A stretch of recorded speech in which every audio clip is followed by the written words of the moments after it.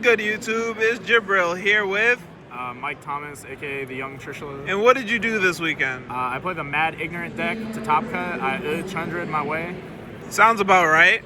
Any shout outs before we get started? Yeah, first of all, shout out to Tang for helping me finish the deck. I didn't have Hydras, so thank you for the Hydras. Shout out to you, Jib, for the for helping me build the deck, as well as Shuping and Merkowitz.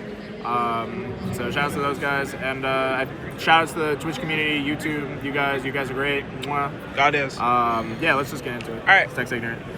So we played 3 Pydra, 3 Chandra, kill him Chandra, 2 Fadra, and 2 Genroku. Okay. I think this is pretty standard at this point. I don't think. Did you not like Doro Drago? No, I don't think you need it. This deck's already like super consistent. If you just draw like one of any of these, like you just win. Like this is the only one that's not full combo by itself. Okay. So like I never really felt like I needed more starters. Like this felt fine. Okay. And then the secret starter that I never drew was Magnemite. I never resolved this card. Makes sense. Makes sense. Yep. For the rest of the engine, I played 3 Kaiman, 1 Summoning, 1 Terraforming, and a Prosperity. Okay. This felt fine. Like this was just enough consistency tools I needed just to see plays and just kill. Like I was gonna ask, did you not like Desires? I know some Tenpai players are opting to play Desires right now. Yeah, so I thought about putting in Desires. I had them in for a little bit, but I kind of just wanted more non-engine, so I ended up just cutting them because I felt like this was just enough. I didn't feel like I needed more. Okay. Now, speaking of the non-engine, we played all the best ones in the game. We played 3 Shifter, 3 Perulia, and 3 of the new one. Damn, how much was that? I don't want to talk about it. I don't want to talk about it. It's too much. But these cards are all crazy. Like, if you draw any of these going second, it immediately makes your opponent like start playing differently and like maybe not full combo or half combo, and just helps you cycle draws to get into the rest of your cards. Like, this is why I didn't want to play stuff like Pot of Desires. It's just because these are all Pot of Greeds and themselves, and then you have the Shifter to just skip turns. Yep. So a lot of people just hardly comboed. I didn't even like see the Fire King combo once, because I wanted to play Fire King, but I didn't want to learn the combo, so I chose to play this. And I still don't know what the combo is because every Fire King opponent I had, they just did not combo. Makes sense. They just passed before doing anything. So for the real hand traps, we played 3 Ash, 3 Imperm, and 3 of the new hand trap, 3 Dominus Impulse. How was this card for you? Oh, this card's nuts. This card is absolutely disgusting. It is basically Solemn Warning from the hand. And if you have a Trap Engrave, it pops a dude too, which a lot of people didn't realize. So if you like lead Imperm, negate a dude, and then you Dominus Impulse, negate something, it pops their guy. So that came up against Fire King. Like I Impermed, I think like a Snake Eye Ash, and then Impulsed a Princess, and it's passed on nothing. So very good cards. And then for the breakers, we played 3 Droplet and 2 Lightning Storm. So I wanted to play some. I'll just wait for them. Julius Schwarzkopf. If you hear your name, please come up on the event stage. I think I heard your name. Yeah. No, it's different, Michael. But we played 5 breakers because I wanted to play a mix of hand traps and breakers. Droplet feels like the best one because when you get sent first, it's more imperms, and it helps like deal with just problem dudes like Omni Negates. And then Lightning Storm hits both monsters and back row. Okay. You didn't like Raigeki?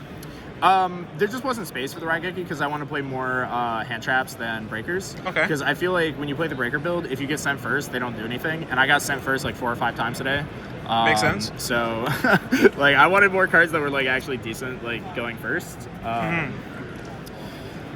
So moving on to the extra deck, we played 2 Biden, Transcendent, which I didn't even know this thing could switch dudes to attack until like the end.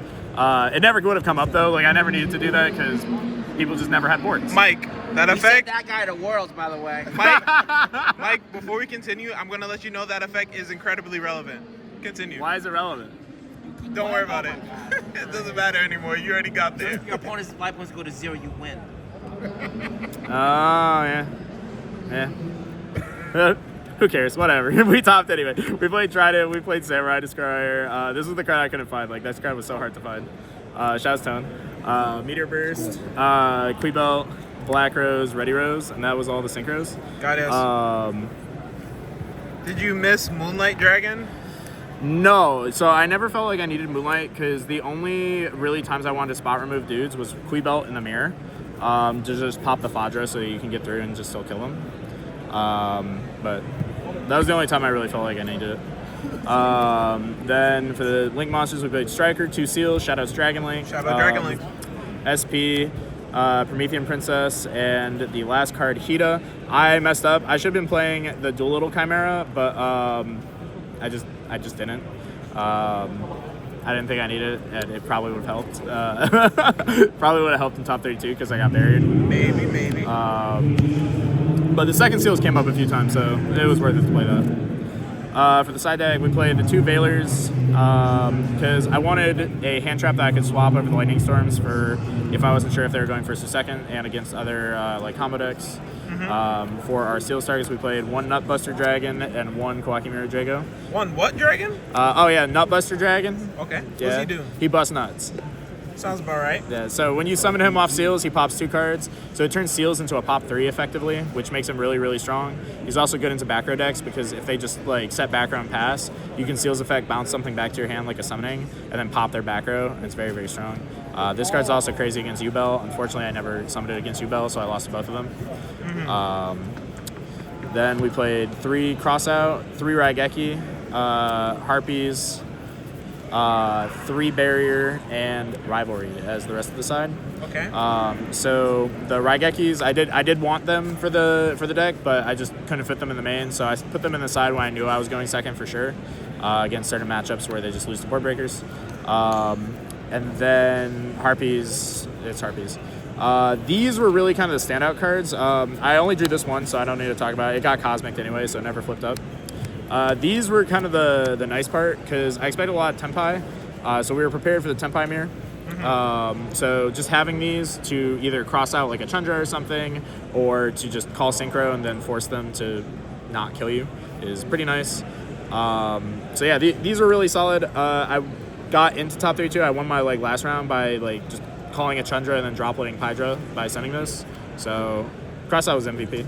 Love this card. Okay. Why are Raigekis common? Because I don't own Raigeki. I did not own Raigekis. I had 1 Ultra Raigeki in my retro format stuff, and so I had to buy 3 Raigekis. So you bought 3 common Raigekis? I bought 3 common Raigekis. Why didn't you get a high rarity Raigeki? I'm cheap. You already paid for Furos and Starlight Jumbo. Exactly. All my money went to Furos. Can't afford Raigeki now. Raigeki's like $2. Shut up.